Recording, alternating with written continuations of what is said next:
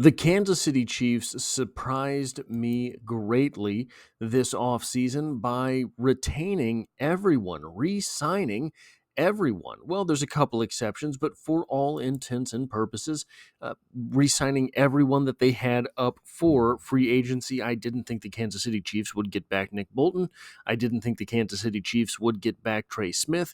They did just that. But that very act looms larger than ever this coming offseason, as it is the 2022 draft class, which will be up for free agency. And that was a formative draft class for not just the team, but the dynasty that it became. And there are 2 first-rounders from that class that are not up to be re-signed because the Kansas City Chiefs do have a 5th-year option on those players. But the question has to be raised, will the Chiefs be able to exercise those 5th-year options because they are a significant escalation from the salaries that those players get today? So, in an article titled Predicting the 5th-Year Option Decisions for Every 2022 NFL First-Round Draft Pick from PFF, we get the following. While the NFL landscape has tilted toward the 2025 NFL Draft roughly a month away, the upcoming months are prime territory to watch to see what happens with former top picks themselves. Players selected in 2022's first round will need determination on their 5th-year options before May 1st.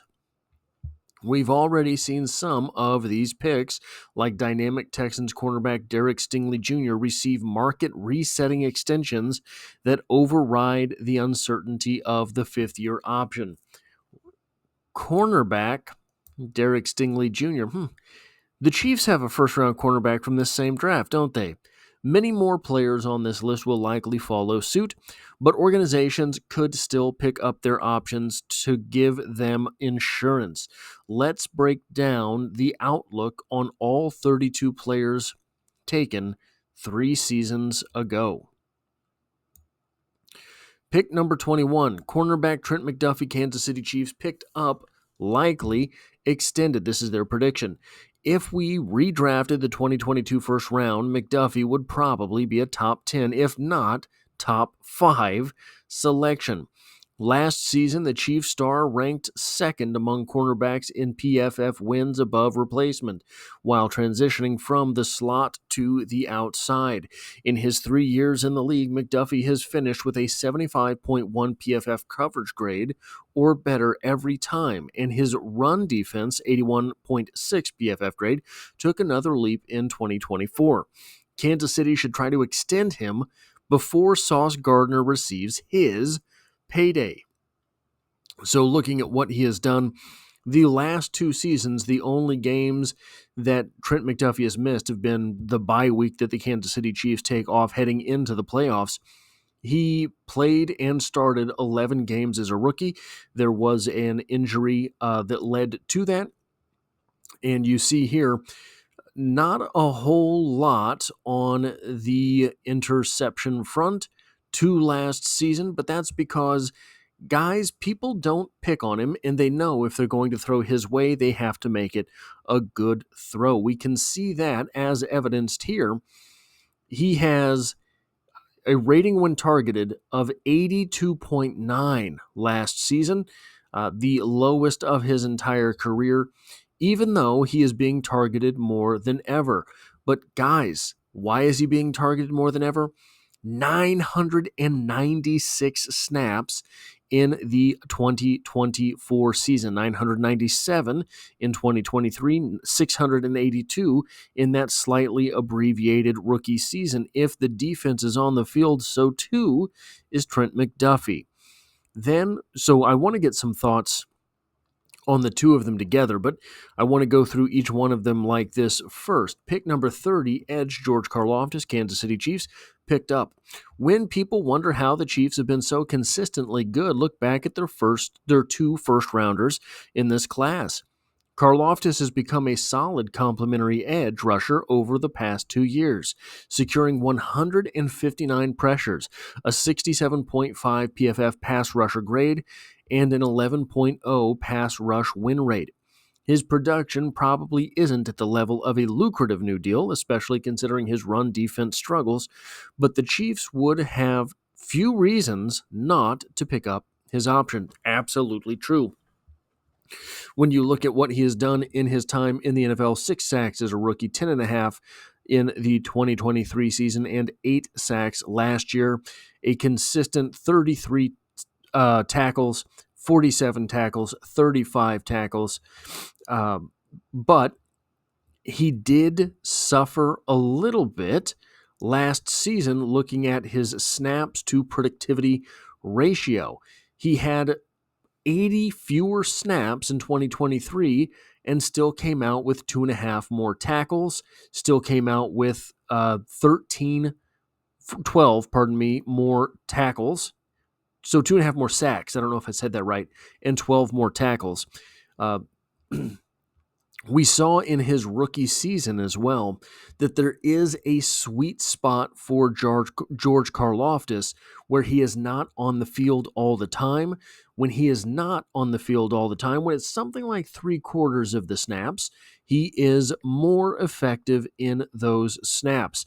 Unfortunately for the Kansas City Chiefs, that was not able to be the case in the 2024 season. He had to be on the field all the time. 83% of the defensive snaps for which he was available. Still only had 11 starts in those 16 appearances.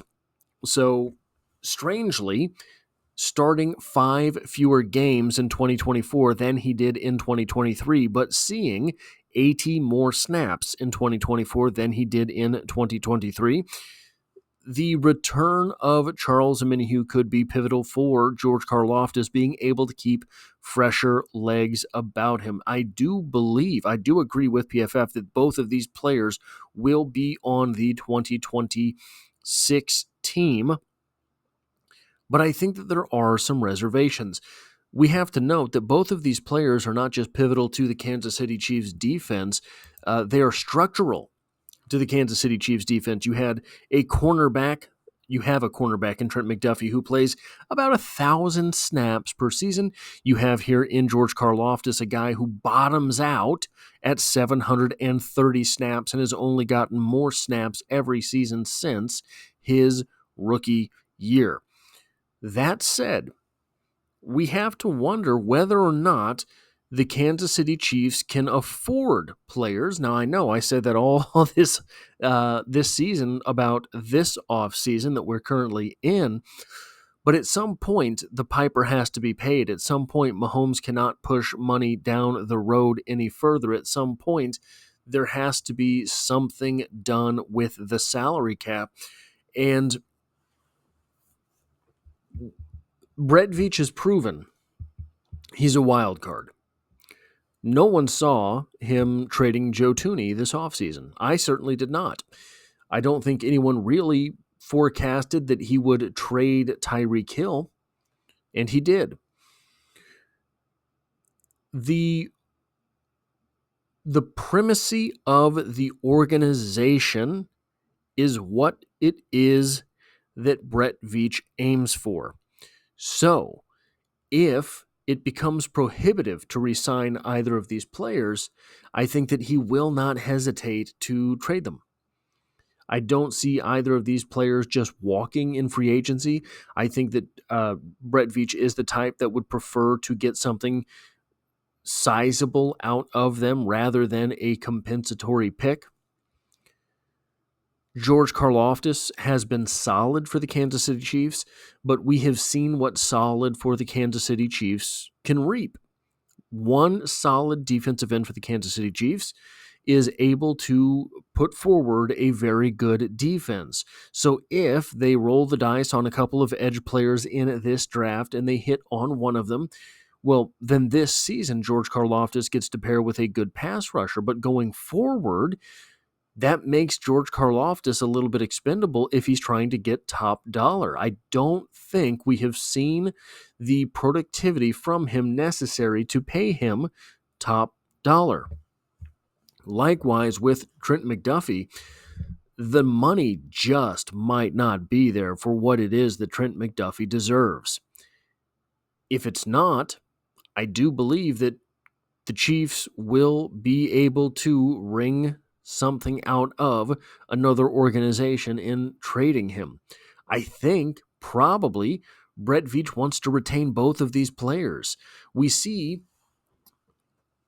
stronger dynamics with these players, higher leverage positions, better statistical output, maybe, than you would argue for either Nick Bolton or Trey Smith.